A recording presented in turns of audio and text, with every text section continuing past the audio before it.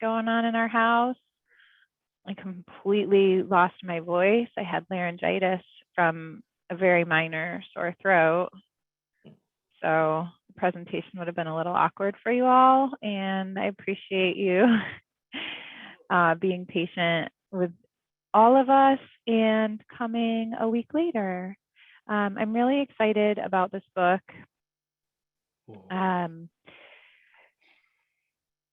How many have heard of this book?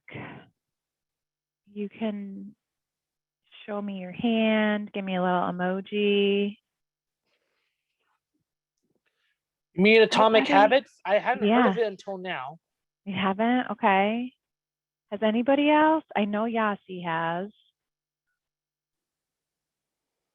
Okay, interesting. I'm glad about that, actually, because as much as I hoped that you have all heard about it, I'm glad to be presenting it to you so that maybe you can take the opportunity. If I know it's hard to find extra time, it's hard enough to find time to do your own schoolwork, let alone read a book for fun. I know that deeply. But if you have a chance to read it, it's an excellent book on how to build better habits, how to build good habits while ending some bad habits that you might have. I'm certainly not an expert on this. I started reading this book. This is the cover of the book. The author is James Clear. I started reading this book for my own benefit. I need to develop some better habits in my own life. And I was really enlightened by some of the things that were in this book. Some of the things that I already do to build habits, I was like, okay, good. That's really a good way to do that. For example, how I even started this book was on my daily walks, I have to walk my dog. And so I really wanted to read more. And I thought I will start to listen to some audiobooks on my walk.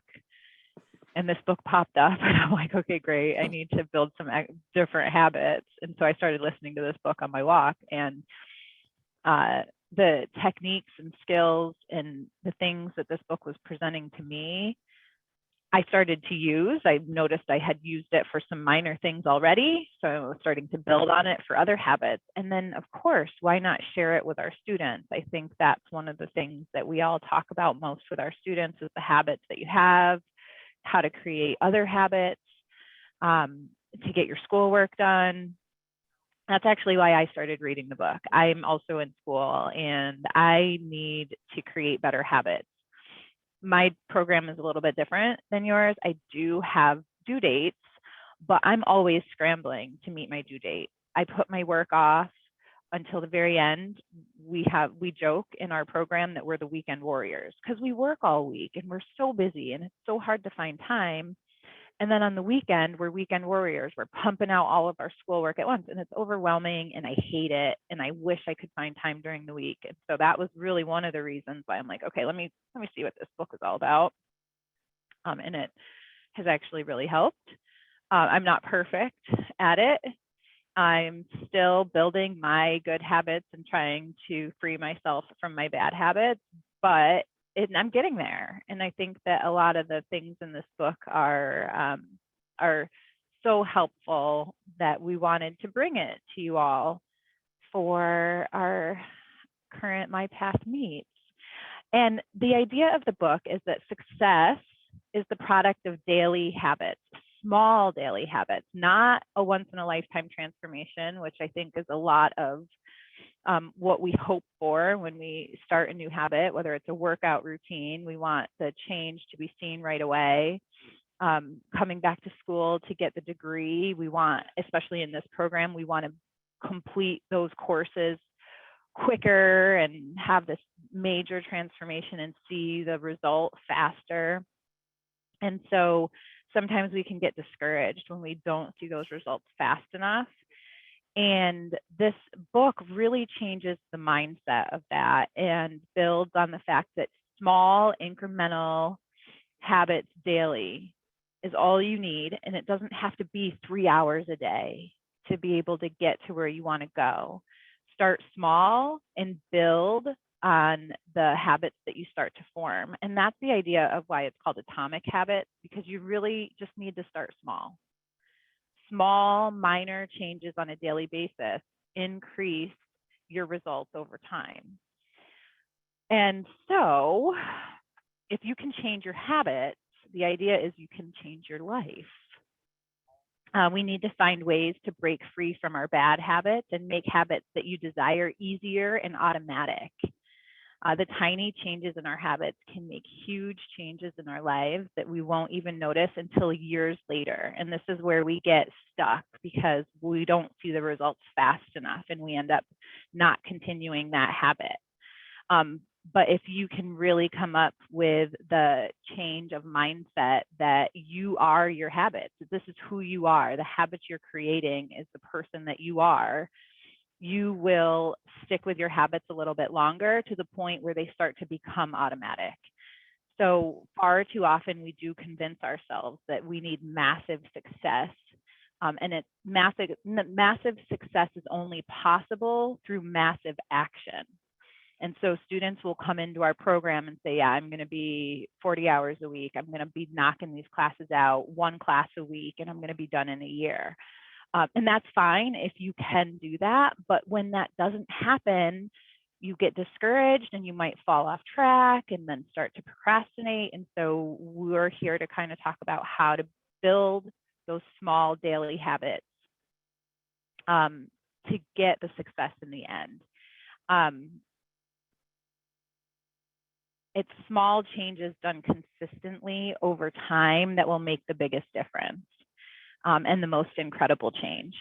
So the book starts by thinking about it in this way, 1% better every day, which is very small, a small amount. If you can get 1% better every day over a year, you will have improved by 37%, 37 times better you'll be. So 1% better every day over a year, just a small amount. That would be like 10 minutes a day. 37 times better at the end of the year. If you but on the flip side, if you get 1% worse every day over a year, you'll bring yourself close to 0%.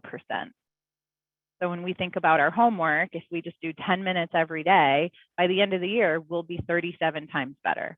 If we don't do our homework every day or, create a habit, some type of weekly habit, by the end of the year, you won't be anywhere. That's the idea of this. And I mean, it seems like common sense, but that's kind of where we're at right now is a little bit is better than nothing. And so just start with a little bit.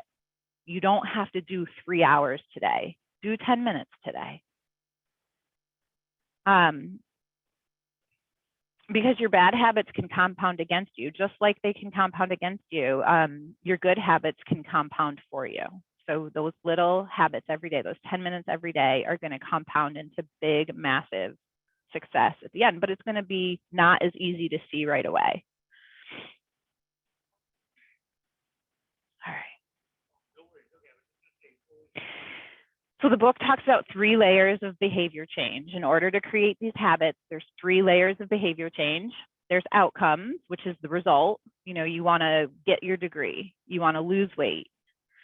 There's process, which is how you're getting to that outcome. It's your new workout routine. It's your study habits. It's your weekly schedule of what you're doing. That's the process. And then the 3rd layer of behavior change is your identity. What you believe and how you think of yourself or others can create change in your behavior. And so when thinking about behavior change, often people use the wrong system. And this is so true for me and really resonates with me. When you think about behavior change, most of the time we focus on the outcomes first. What do we want? And then how do we get there? So this is the outcome-based behavior change habit. What is my outcome? How do I get there? And then I'm going to be who I want to be. As soon as I want my degree, I'm going to do my homework, and then I will be somebody who has a degree. where instead, to create true lasting change, you want to reverse that ideology and start from the inside out. With identity-based habits, the focus is on who you want to become first. So in this case, in this forum, I want to be a student. I am a student. I'm a student. I'm getting my bachelor's degree. In order to do that, then I will do student things. I will do my homework. I will read. I will write papers. And the outcomes will follow. So start with who you are first. Who do you want to be? Why are you here? That's why we talk a lot about why on our first meetings with you all. Why are you here? Why do you want this degree? That's what we're really trying to get to when we talk to you about that, is who you are as a person. You know, what does this degree mean to you? And then knowing that and kind of moving from that point forward is a driver of behavior change, or a driver of habit forming. So the book talks about the habit loop. For every habit that's formed, there's 4 stages of it. A cue,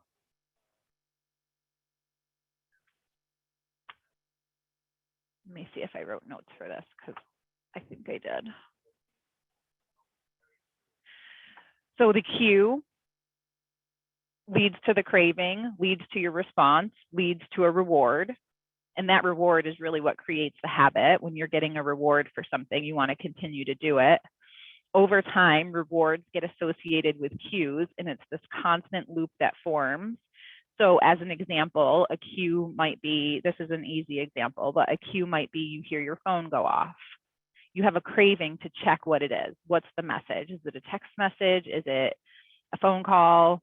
When you respond to that and you look, you get an immediate reward. You can see what it was, who texted me. And that is just a small example of how habits form. There's a cue, there's something that always ignites it. There's a craving. That cue initiates a craving for doing something. You respond by doing it. And when you have a reward for what it is, whether it's a good or bad reward, and when I say bad, I mean, like, we have a craving for a cigarette. We get a reward when we smoke it. It's not necessarily a good reward, but maybe it is. But that's this habit loop. And so when we think about moving forward for the rest of the presentation, this is what we're trying to form, is how do we make this habit loop work for us rather than against us? How do we make this work for building good habits rather than bad habits? Bad habits being those that might hinder us from getting the things done that we want to get done, like watching TV, scrolling through social media, whatever it is. And so the author has initiated 4 laws to the habit loop. How do we make the habit loop work for us? There's 4 laws to habit forming. And with each of these 4 laws, we're going to go into specific techniques that can solidify each one of these. So by making it obvious, our current habits have developed over time to the point where they unconsciously take place. We need to make our current habits, our current unconscious habits, conscious. We need to become more self-aware of what our current habits are. Understanding how and why we spend our time the way we do can help us make those changes, first of all. Understanding what we're doing, where our habits lie already, which habits are good for us, which habits are not so good for us, is going to help us change those habits. Vagueness is the real problem of habit formation. We need to create clarity around our new habits. the author believes that people fail to stick to habits not because they lack motivation. And I say that all the time to my students. I don't think that you lack motivation. I don't think you're procrastinating. I just don't think that you're clear on your intention. And it's not because you lack motivation, but because you lack clarity in what your intention is. So for example, and this is me to a T, which is why I started reading this book. I have said 1,000 times, I'm going to start eating better on Monday. I'm going to start my workout routine on Monday. Monday comes around and I didn't get it done in the morning. I don't know, maybe I'll do it this afternoon. This afternoon comes around and I've got 1,000 things to do. My to-do list is piled up and it never gets done. And so instead, you need to make it more clear. And we're going to talk about techniques on how to do that. Law number 2, you need to make it attractive. Reward inspires action. That's that feedback loop that we already went through. Craving those rewards is what causes the habit to form. You want that reward again and again. So you need to like what you're doing. Sometimes it's not so easy to like, especially if we're taking a class we don't necessarily like. So we need to create ways to like it. We need to figure out how to change our mindset to make it work for us, to make it attractive for us. You can make hard habits more attractive if you can learn to associate them with positive experiences. So we can start thinking about that, how to associate sitting down and studying when you'd rather be sitting down and watching Netflix. How can we turn studying into a positive, rewarding experience, just like watching a binge watching a new show would be? It's not easy. I'm not trying to make it sound easy either. But that's kind of what this is all about. Forming new habits is going to be hard work and it's going to take intention. Okay, law number 3, make it easy. Behaviors become increasingly automatic as it's repeated. So in order to make it easy, you have to reduce the friction that is already there so that you are more likely to do it. Reducing friction is this, the author describes this law of effort. It's a law in physics, but it's the law of effort. The more energy required, the less likely it is to happen. The more energy it takes you to do it, the less likely it is that it's going to happen. So you want to reduce as much friction as you can in order to make it happen. Decrease friction for good habits, increase friction for bad habits. That's things like, I mean, you could be really extreme, but this is an extreme example. Increasing friction for a bad habit. If your bad habit is watching TV too much, you could unplug your TV. So every time you have to watch your TV, you have to plug it in instead of just pushing a button. That's increasing friction to get to your bad habit. I don't think that TV is a bad habit. I think maybe too much TV could be a bad habit, but if it's getting in the way of your goals, like getting your homework done, then obviously something needs to change. But that's just one example. Another example is right now I'm sitting here with my phone right here. I can decrease the friction.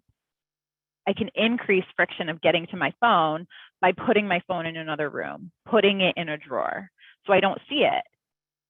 And, you know, it's just these little changes that you can make that will increase the friction to your bad habits while decreasing the friction to your good habits. Law number 4 is make it satisfying. This is the reward aspect of it. This is the most important rule of behavior change, according to the author.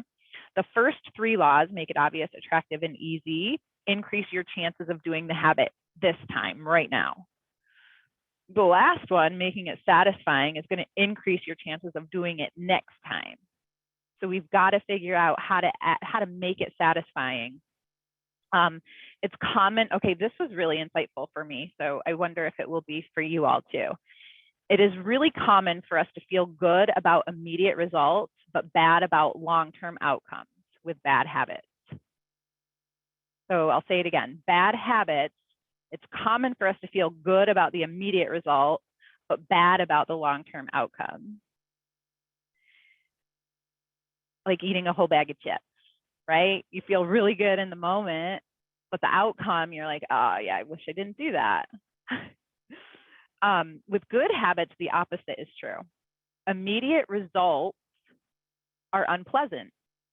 The immediate, having to take time out of your day to sit down and do your homework, trying to use your brain to critically think about what you're going to write in this paper, not necessarily the most pleasant feeling.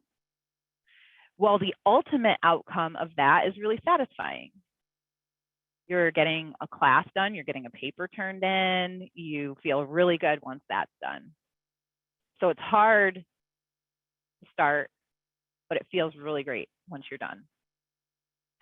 So, oh, I have a spelling error, sorry, folks. But it's the most important rule for behavior change, and it's about building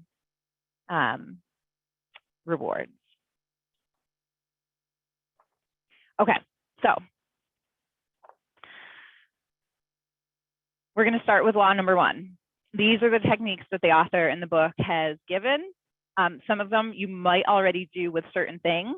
And so thinking about these as we talk through them and how to apply them with your schoolwork is kind of the idea here. Law number 1, make it obvious. Again, that is about creating clarity in what your habits are. So Yassi's going to put the habit scorecard in the chat box for me. You can take this habit scorecard. This is simply about writing your current habits down. What do you do on a daily basis? From the time you wake up in the morning till the time you go to bed at night, write down all your habits. You can then, and the scorecard that's going in the chat box kind of has directions with it too, but as you write down your habits, you're simply putting next to it, is it a good habit, plus? Is it a bad habit, negative, or is it a neutral habit? It's not really good or bad. It's going to be a positive, negative, or an equal sign to just get self-awareness of your current habits. Using this habit scorecard is going to start to make the unconscious conscious. It's going to help you understand how much time do you spend watching TV? How much time do you spend scrolling on your phone? How much time do you spend cooking? Whatever it is.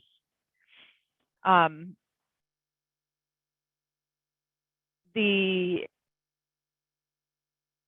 implementation intention we'll move to next. This one is really easy. So this one is creating clarity by clearly stating your intention to act. And that's the sentence you want to use. Yassi's going to put the implementation intention in the chat box too. It's a really simple worksheet. So some of these worksheets you might look at and be like, I'm not even going to print this out, but some of them you might, like the habit scorecard, I think would be useful printing out. The implementation intention is stating your intention explicitly, not I'm going to start my workout routine on Monday. It is going to be, I will work out at 5 a.m. at the gym. I know that sounds really early. It is. It's horrible. But creating that clarity is going to make it easier when that time comes. You know exactly what you're going to be doing at that time. I will open up my computer and start my homework at 5:30 p.m. at the kitchen table.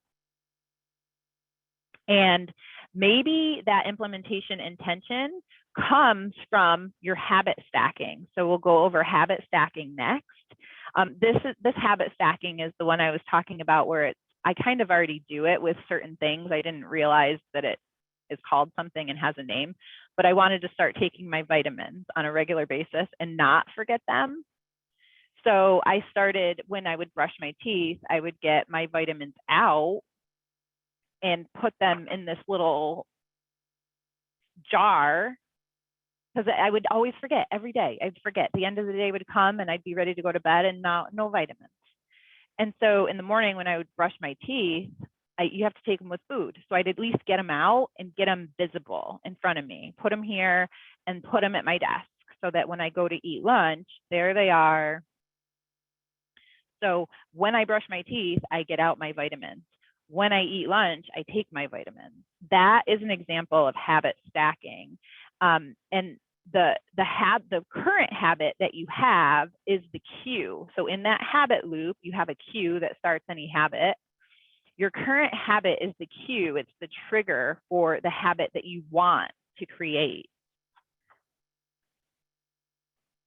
And so you can use your implementation intentions and your habit stacking together to really solidify when your new habit is going to take place. Number 4, this is really important, designing your environment. And this is a technique that I started using from this book to help me a little bit with my schoolwork. So the author clearly states that motivation is overrated. For you to think that you don't have motivation is wrong. You do. And to think that motivation is the only thing you need is also wrong. And really, what's even more important than motivation is your environment. The environment that you can put cues into your environment for the habits that you want. So you can make bad habits invisible. That's how you make your bad habits go away, is you get the cues out of the environment. So we are more influenced by our environment than our willpower or our motivation. It's really hard to stick to good habits in a negative environment. So creating a habit was going to require you to redesign the space around you. You have to make it easier to see the cues for desired habits. So one of the cues that I started doing for myself, I wanted to start doing my homework during the week. I was so exhausted. I would always say, I'm going to do my homework at 9 o'clock at night. I got to put my kids to bed. Once my kids are in bed, I'm going to pull out my computer. I'm going to go downstairs. I'm going to sit on the couch and do my homework. Okay, well, I would go down and sit on the couch, and I would turn the TV on because I'm in the living room now. And I, for some reason, can think I can turn the TV on and not be distracted by it. And every night would go by, and 11 o'clock would come. I'd close my computer and be like, okay, well, I did nothing, and I'm exhausted, and I can't even see what the words on the page, so it's pointless. And so I needed to redesign my environment. First of all, I can't go down into the living room. Where can I go? Well, I have a desk at home that I work from COVID, so why not go to my desk? And so one of the things that I would do, though, is I would just keep everything at my desk. So I changed my routine. Instead of putting my kids to bed and then grabbing my computer and going downstairs, I put my kids to bed, and I always brush my teeth with my kids. That's this habit stacking. So I started, when I brush my teeth with my kids, I would turn the small desk light on at my desk, because my desk is in my bedroom. And so, with the full light on, I can't work there without disturbing. My husband goes to bed at like 8:30. It's really, it's really unfortunate, but I can't have the big light on. So that's why I would take my computer downstairs, because I didn't want to disturb anyone. But now I'm changing my environment. As I brush my teeth, I'm going to turn on my desk lamp. So it's the small desk lamp that puts light right down there. And then once I put my kids to bed, I'm going to come back. I'm not going to go downstairs. I'm going to come back in my bedroom. My light's already on. The cue is there. And then I sit down at my desk, and I would start to do a little bit of homework. And I want to try to go to bed early. I want to try to get in bed by 9:30 or 10. So my goal is to just do a little bit, just 30 minutes. Let me get in there and just do 30 minutes. That's my goal. So eliminating the cues from your environment for your bad habits, I stopped going into the living room. The TV remote isn't there. The TV is not there. So I eliminated that cue while I inserted a new cue, which is my light. I saw my light on, so I would just sit down and kind of go there and just do what I could. The author talks about separate zones, if possible, separate zones, one place, one use. that's kind of why I was going in the living room. If that's not possible for everyone, and I understand that, but if it is possible for you, it could work. You use the kitchen table for your computer to do your homework. You use sit on the couch to watch TV, separate zones is kind of the idea. I realize that's not easy for everyone. It wasn't easy for me, but it might work for you. But the idea here is don't constantly fight against forces. You may have willpower once or twice, for the first 2 weeks of all this, of this new habit, new behavior we're so excited about. We use our willpower for the first 2 weeks to overcome the barriers. But you need to start thinking of other ways to continually reduce the friction in your environment. If you do that, you're more likely to see those cues, create the behavior, and then we'll talk about how to find rewards too, but we'll go to law number 2. Make it attractive. So you've probably heard a lot about dopamine. It's in almost every talk I've heard all the time. It's the happy drug in your brain. Motivation, of course, is affected by dopamine. Everything is. And the interesting thing that is brought up in this book is that dopamine is heightened when a reward is anticipated, not when a reward has been achieved.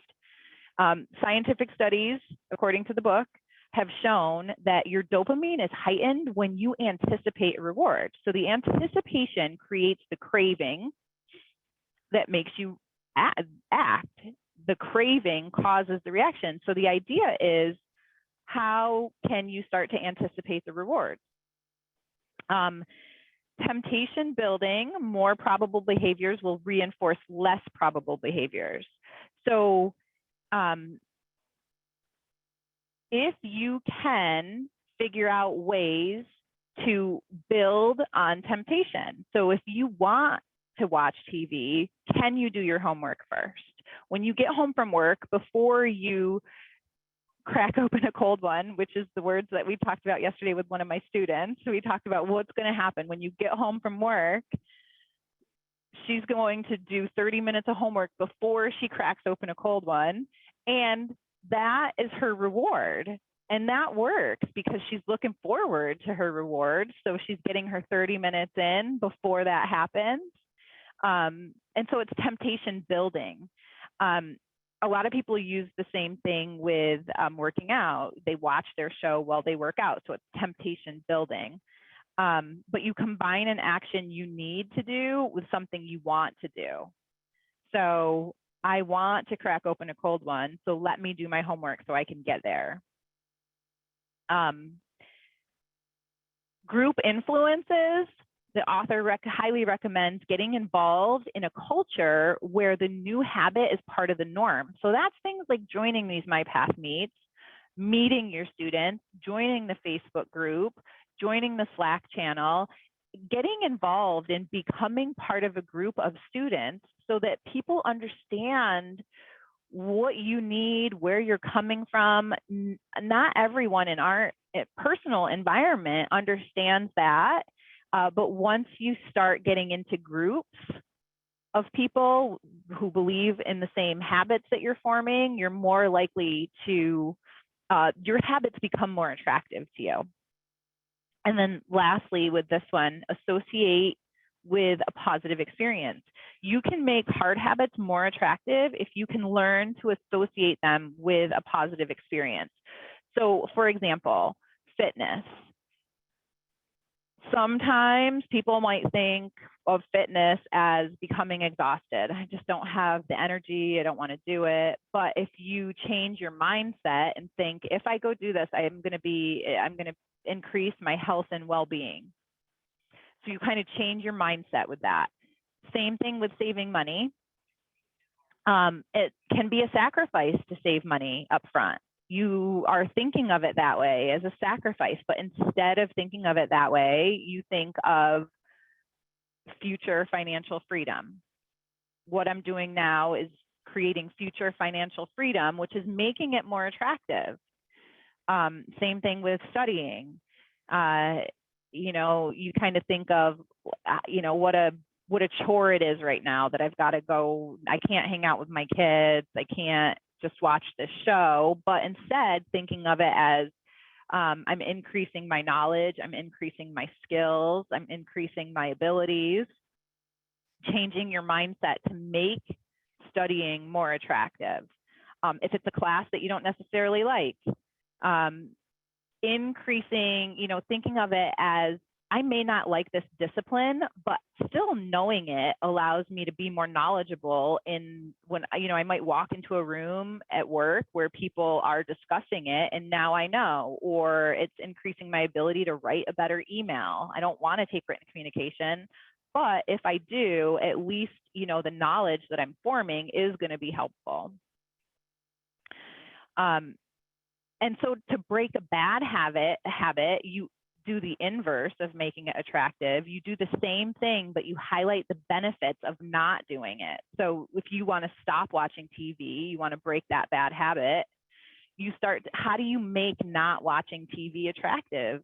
You start to think of what it will do for you. If I don't watch TV, this is kind of how I thought to myself, if I don't go downstairs and watch TV, I am going to create, I'm not going to feel my overwhelm on the weekend. That's what I really wanted. I wanted to get enough work done where I wasn't racing the clock on the weekend. If I don't watch TV, I'm not going to feel guilty for not doing my homework. And so whatever bad habit you want to break, breaking that habit, what will not doing that do for you? Make it attractive and think about those attractive things that come with not doing that habit.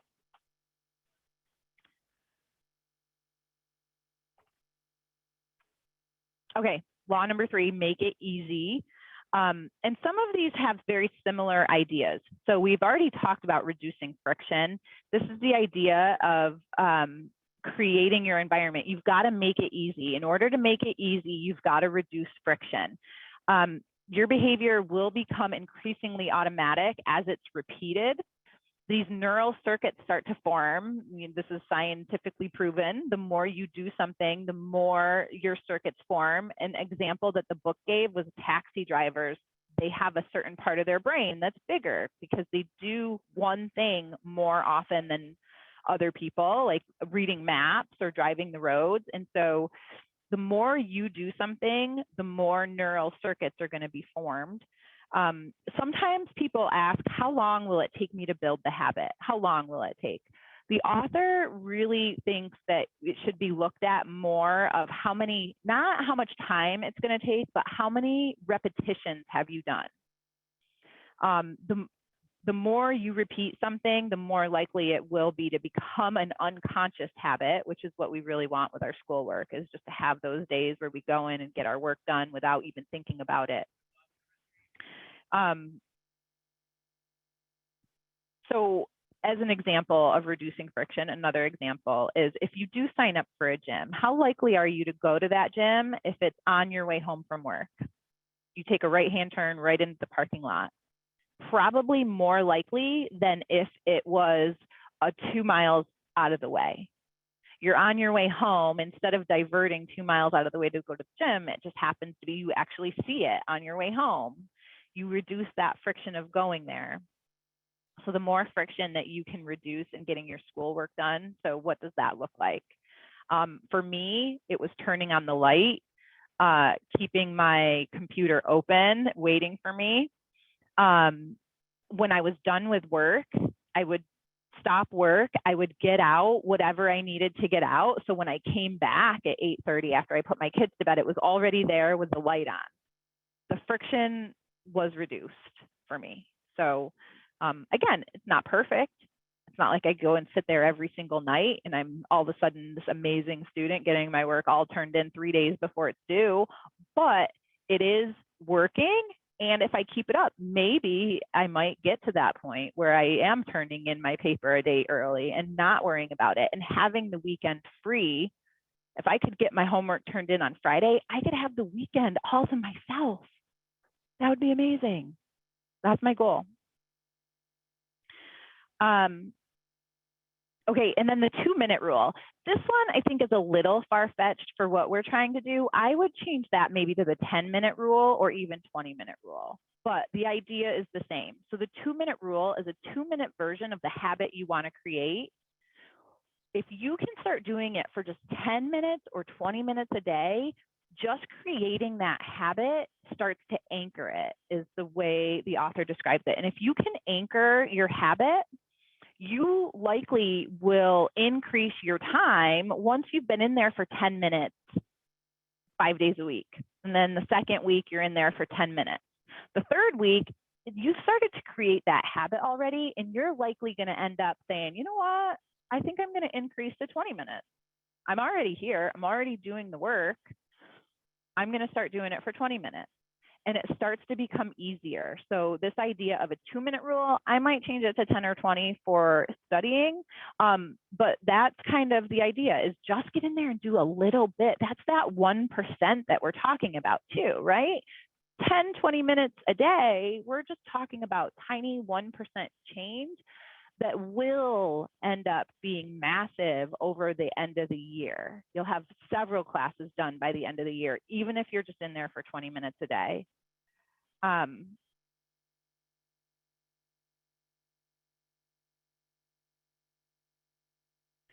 And law number 4, make it satisfying. So this is the idea. This is the most important rule of behavior change. This is where the rewards come in. How do you make it satisfying? You have to find rewards for it. The first 3 laws that we already talked about, again, those increase your chances of doing the habit this time. This one, making it satisfying, is going to increase your chances of doing it the next time. So there is a mismatch. We create our own mismatches between these immediate and delayed returns. So I'm going to repeat this again, because I thought it was really inspiring and I thought it was insightful. So I'm going to repeat it again. But it's common for us to feel good about immediate results, but bad about the long-term outcomes with our bad habits. It's so true for me. I feel good when I sit down and watch TV, but I feel really bad on the weekend, and I feel really bad, long term. I feel overwhelmed with all the work that I'm getting done. I'm not hanging out with my family. It's so true. And then the opposite is true for these good habits. The immediate results are unpleasant. They're uncomfortable. You can't really see the results right away, but the ultimate outcome is very satisfying. If I can get my homework turned in on Friday, my weekend is so much better. I feel better as a person. I feel like a good student. I feel like a good mom. I feel like I'm doing it all right. So for immediate pleasure, you have to find that feeling of success. So with these good habits, we have to figure out how to find those feelings of success. The habit tracker might be one way that you could. And Yasi will put the habit tracker in the chat box as well. Thank you so much for your help, by the way, Yasi. And then the habit tracker, the idea is that it's immediate pleasure because it's a visual cue. If you can find these visual cues, Xing off your days of, I studied today, X. I studied today, X. It feels good to put that visual cue up there, and then it starts to create a chain, and you don't want to break the chain, so it's even better. So it's like a double whammy, because you can see, oh my gosh, look at all these days that I studied, and you don't want to break the chain, which even if you're just doing Monday through Friday and leaving the weekends off, you just see 5 X's in a row, 5, 5, 5. You don't want to break the chain. It is really helpful for me. A habit journal. The habit journal is really interesting. I think it's really useful if you have the time to do it. But when you find ways to connect who you are, this is the idea that we were talking about in the beginning. Creating habits based on your identity, who you are, who you want to be. When you start these habits, if you journal how it made you feel as a person, you're going to start to create your identity. I did my habit today. I'm pretty proud of myself. I did my habit again 2 days in a row. Look at me go. I'm a student. And these journals will help you really connect who you are with the habit. And I think that there's a habit journal. Was there a habit journal? It might be connected to the habit tracker, I think, actually. I think that's all one worksheet. And then find an accountability partner. I know that it can be really hard in our program. Our program is very individual. You don't meet a lot of students, but there's the opportunity on Facebook, on the Slack channel, to find accountability partners. If you're really into finding an accountability partner, you can talk with your coach, and we can reach out to students in the same class that you're in. Maybe you want to find an accountability partner for just that class, and we can reach out and see if anybody's willing to, and then connect you in that way. That could be really helpful. But it can be incredibly satisfying to, I'm a very competitive person. So I would want to find an accountability partner and try to beat them. I want to get the class done before them. That's just me. And I would encourage them too. I want them to finish too. I'm all about the teamwork and finishing and crossing the line, but it creates a healthy competition is really what it is. Healthy, not anything other than, you want to see them succeed as well, but let's see how fast we can get this done. Okay, and then lastly, how much time? Okay, good. We got a little bit of time. The plateau of latent potential, the author talks about a lot in this book. So our expectations, we've got to kind of curb our expectations, which we see all the time. I think I have high expectations. I go into something full speed, and when I don't see the results, I feel disappointed. And because we expect, this is what we expect. This is how we think it should happen. Everything we do should increase substantially and quickly. So we often expect progress to be this linear, straight line up. We're going to get there, and we're going to get there fast. At the very least, we hope it will come quickly. But in reality, the results are delayed with good habits. It can take months or even years until we're able to realize the true value of the work that we put in. For our health, for our finances, for our education, it takes years. And a bachelor's degree is a 4-year degree. It takes years to get to where you want to go. And so this can result in this valley of disappointment. This is the author's idea. This is where people start to feel discouraged after putting in weeks and months of hard work without experiencing the results. And this is where people tend to give up. You feel this valley of disappointment, and you think, maybe it's not really worth it. It is important to remember that the work is not wasted. It's simply being stored. And it's not until much later that the full value of previous effort is revealed. Bad days will happen. Like I said, I'm trying this. It's working a little bit. I'm not perfect at it. I have bad days. I have busier weeks than some. But just showing up every single day is the most important thing, even if it's just for 10 minutes. You're creating a link in that chain of habit formation. And so with consistency and repetition, that's how we change our identity. It's how we change who we are. We consistently and repetitively do the habits that make us who we are. And that is what the book is all about. Like I said, I've been using it here and there for certain little things that I want to change, trying it out. I would really love to hear what you all think. Yes, so Akari, that's kind of what I was saying, is that the 2-minute rule, the way that they brought it up in the book. I would probably change that more for what this situation is, education. I would change it to maybe 10 or 20 minutes, because 2 minutes, and what they're really, the author is trying to say is that, if you want to run a marathon, just putting your sneakers on, starting there, changing your clothes into workout clothes. Maybe you don't even go for a run that day, but do it every single day. And eventually, after a week or two, you're going to be like, well, I'm already in my gym clothes. Let me just go for a 10-minute walk. That 2 minutes will increase. Motivation will follow action. So yeah, I think that is something that I did mention. I think the 2 minutes is a little bit unrealistic for this realm of like education and schoolwork, but I think that 10 minutes or 20 minutes, something, like students might think like, what is 10 minutes going to do? I'm not going to get anywhere in 10 minutes. And so they choose not to do anything at all, but instead just do the 10 minutes. See, if you can anchor your 10 minutes, anchor that habit, that 10 minutes will turn into 20. That 20 will turn into 30, likely, because you're going to start to feel some reward and start to do more.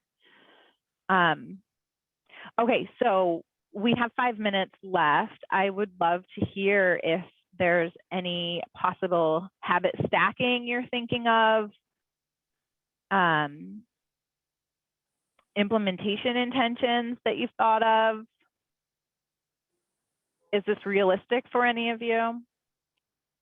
Well, for the most part, there are a few times where I do have habit stacking, but I usually try to avoid it by leaving my stuff from the side and,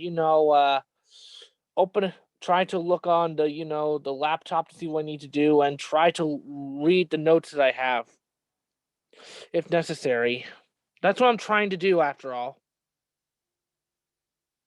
However, if I don't know what to write, sometimes looking at the phone is okay, but it's important to not have a bad habit.